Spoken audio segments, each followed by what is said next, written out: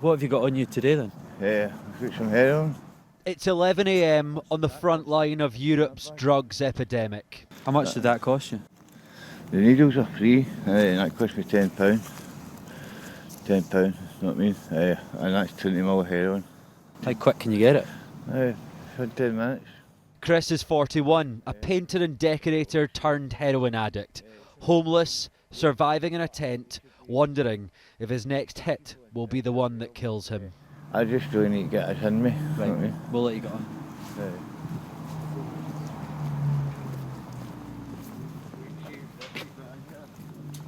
Overwhelmed by his cravings, Chris is lured to this dark, damp, dangerous corner. It's really disgusting having to do this, you know what I mean? Do you ever think that you don't know what's in that and that could be your last hit?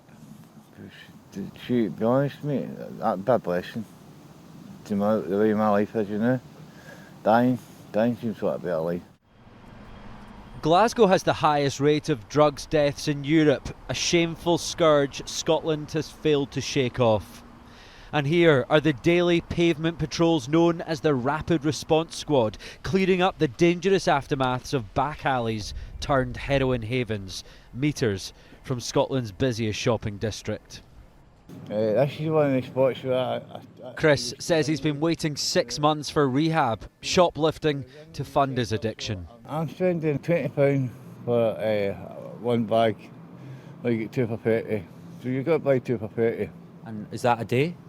That's per hit. So you're having like 5 hits a day, which is costing £150. Could this be part of the solution? The so-called safe consumption unit preparing to open a mile down the road.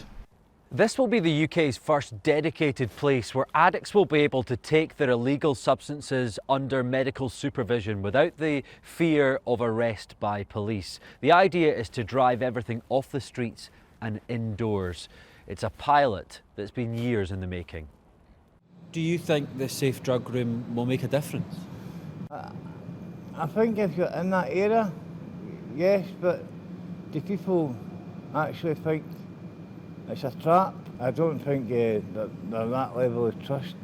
Just tell me what happened. So basically, I was attacked, drugged and raped and dumped in a derelict car park. So that's a skin graft.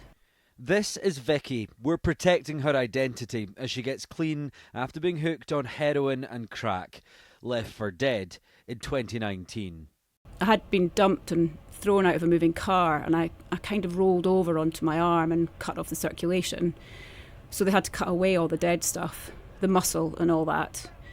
She believes she was set up to fail and welcomes any help on offer here in Glasgow. I was born into drugs. My mum and dad were drug addicts all their life. I was kind of born rattling, eh? My mum actually gave me my first crack pipe at 14. For the consumption rooms, I agree with it, but I don't know if a lot of people's going to use it. 58-year-old Ricky has depended on drugs his whole life. He knows all too well how difficult the war on drugs is. Well, most of the people I grew up with are dead and have died with drugs. I hope it does make a difference because it will save people's lives. You know what I mean? Because if there are people out there injecting and they overdose, right, and they're there themselves, there's need to help them. This is a city clambering for solutions in an emergency where the daily drumbeat of deaths continues to ravage those who are always at the edge of society. Conor Gillies, Sky News, Glasgow.